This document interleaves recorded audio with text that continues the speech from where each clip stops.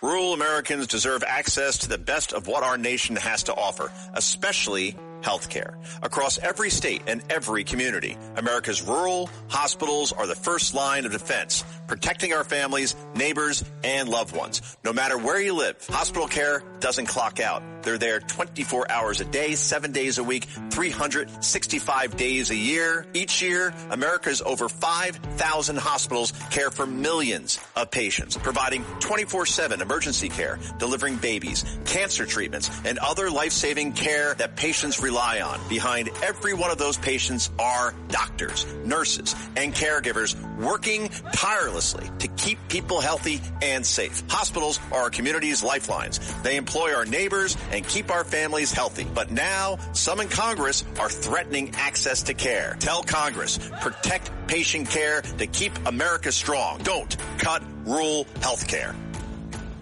Excuse me! Taxi! This is the 77 WABC minicast. And let's go down to Gordon Chang. He's calling in yet? He is on the line. All right, Gordon G. Chang, of course, on Twitter. And Gordon, as we're talking about threats to the homeland, there are these stories about these biolabs. Talk about what they're discovering in America. Tell us what the biolabs do, Rita, so a million listeners that we may have know what they're dealing with. Well, they're dealing with some very dangerous chemicals and bringing some in from, China and elsewhere, some very biological weapons. This is serious stuff. Gordon, your thoughts about where this is going on? I understand there are all these busts all over in different parts of America. Yeah. So far, authorities have found 2 biological weapons facilities for the Chinese.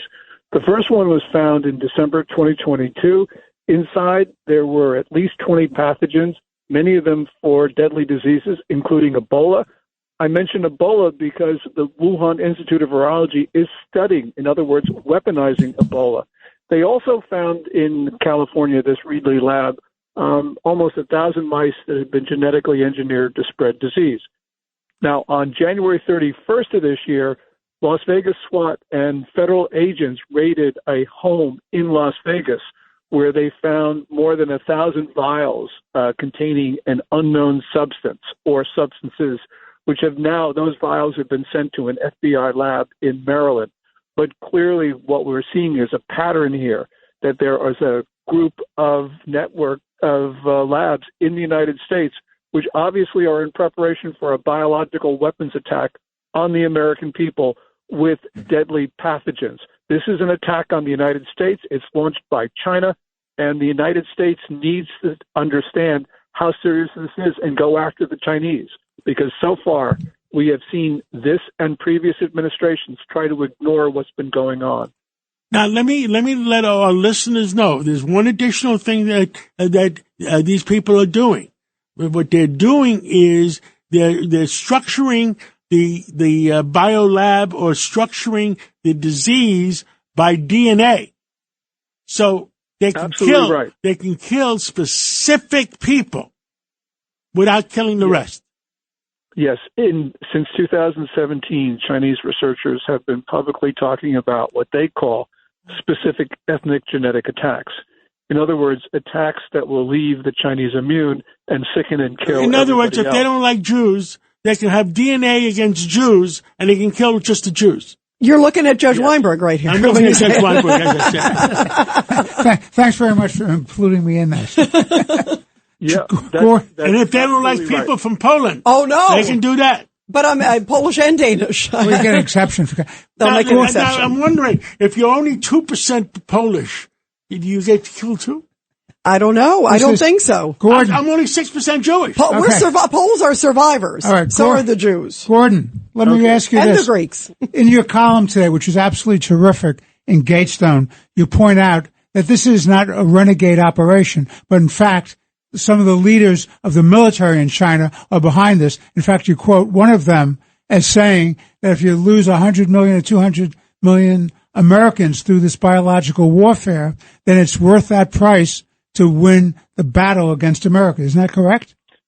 Right. In the first couple of years of this century, General Cher Hao-tung, who was then China's defense minister, reportedly said that the regime should use disease to exterminate, not just kill Americans, but exterminate the American population. And General Chur said this because he wanted to clear out North America so that the Chinese could settle in the vast valleys and plains that were left uninhabited.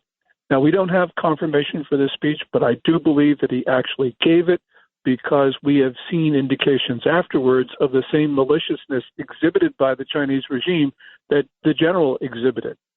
Wow. We just have about a minute or so left, Gordon, but one thing I wanted to bring up I thought was so interesting tonight, during this State of the Union, Jimmy Lai, and you can tell everybody who he is. I mean, a real hero. His daughter, I just saw, is going to be one of the guests of President Trump at the State of the Union. Yes, Claire Lai will be there. She is a guest of Congressman Chris Smith of New Jersey, a real human rights defender. I hope President Trump mentions her during his speech. Jimmy Lai is a Hong Kong entrepreneur, billionaire, who has been championing democracy. He was the editor of Hong Kong's pro-democracy paper, Apple Daily, and he is now serving essentially a life sentence in Hong Kong under the national security law. He's 78 years old. He got a 25-year sentence. That's essentially what they call a death sentence, Rita. Yeah, it certainly is. Well, he's a real hero, and I think it's beautiful that, as you mentioned, the congressman is going to be bringing her tonight and honoring her and all those who are fighting for freedom in China. Bravo. Gordon, we love you. Thank you so much, Gordon. Thank you so much, guys. I really appreciate it. Thank you. We always love having you on. Thank you. Gordon G. Chang, everybody on Twitter.